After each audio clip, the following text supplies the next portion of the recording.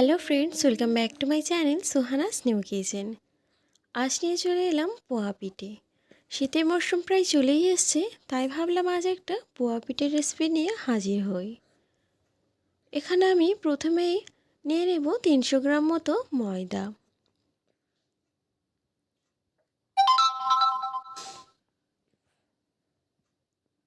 আর ময়দাটা দেওয়া হয়ে গেলে আমি এখানে ব্যবহার করব 200 গ্রাম মতো সুজি।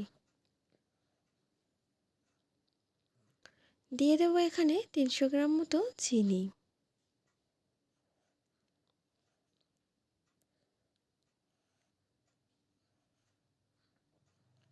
চিনিটা দেওয়া হয়ে গেলে আমি এখানে হালকা উষুম উষুম গরম জল আমি এখানে ব্যবহার করব।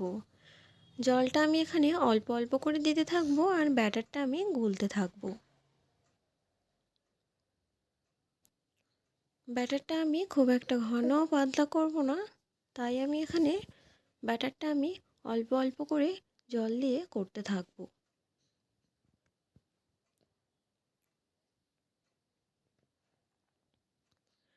ব্যাটার মিশ্রণটা যতটা ভালো করে গুলে নেবে ততটাই তোমার পোয়া পিঠেগুলো ফুলে উঠবে। তাই আমি এখানে ব্যাটারটা ভালো করে নেব। এখানে আমি হাফ চা চামচ লবণ অ্যাড করব। করে আমি আরও একটু ব্যাটারটা ভালো করে ফাটিয়ে নেব। একটা মাঝারি সাইজের নারকেল আমি এখানে কুড়ে নিয়েছি আর সেটাও আমি এর মধ্যে অ্যাড করে দেব। দিয়ে আমি আরও কিছুক্ষণ ধরে ব্যাটারটা ফাটতে থাকবো।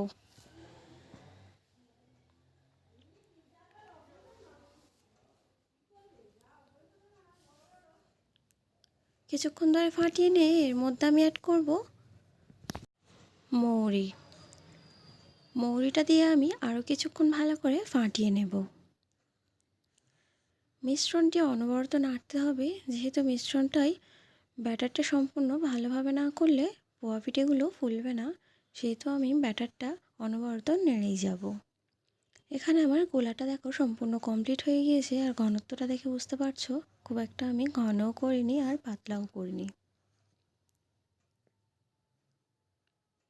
আগে থেকে আমি কড়াইয়ের মধ্যে তেল দিয়ে তেলটা ভালো করে গরম করে রেখেছিলাম। তারপরে আমি আরও একটু ব্যাটার নিয়ে আঙুলের সাহায্যে দিয়ে দেখিয়ে দিচ্ছি তেলটা আমার কতটা গরম হয়েছে।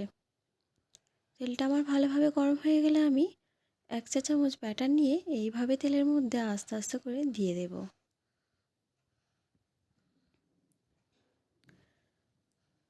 আর তোমরা দেখতেই পাচ্ছ ব্যাটারটা দেওয়ার সাথে সাথেই আমার পোয়া পিঠেগুলো কেমন ফুলে উঠেছে।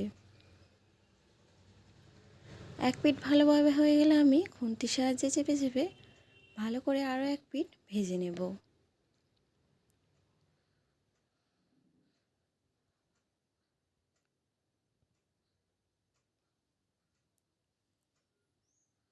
তোমরা দেখেই বুঝতে পারছো পিঠেটা কতটা সুন্দর হয়েছে।